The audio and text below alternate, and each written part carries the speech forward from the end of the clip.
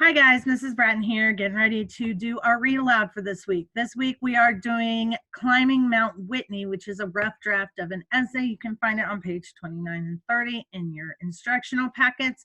So it has some mistakes, so there will be some stumbles. That's okay. Then answer the questions that follow. You guys can handle that because that's what I just talked about in my lesson for this week, proofreading an essay. So we're talking about climbing Mount Whitney. Follow along with me as I read. California's Mount Whitney is the highest mountain in the United States outside of Alaska. Mount Whitney is 14,496 feet high.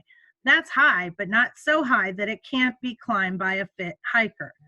I read all about it in a library book, Climbing Mount Whitney. Last summer, I reached the summit of Mount Whitney. Yes, you can also do it, but you'll need some preparation.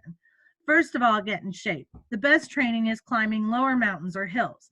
Cycling, running, and walking upstairs are also good practice.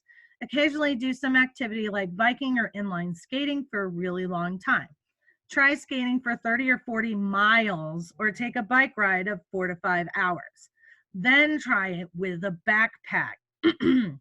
Lack of oxygen at high elevations makes it harder to breathe. Get used to this by spending some time at high elevations just before you climb. If you do this, you avoid the headaches and cramps that can trouble climbers at high elevations.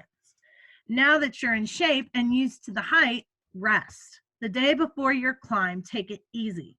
The night before your climb, eat a dinner of spaghetti, rice, or noodles. Finally, climbing day is here. You're rested and ready. Eat a light breakfast, then put on your sneakers, get your water and snacks, and head for the trail. Take it slow and steady. By the end of about 8 hours, you will have reached the top of Mount Whitney. At that moment, you'll be looking down on every other person in the continental United States. Wow, what could be cooler than that? All right, that's our essay, or that's our read aloud for this week.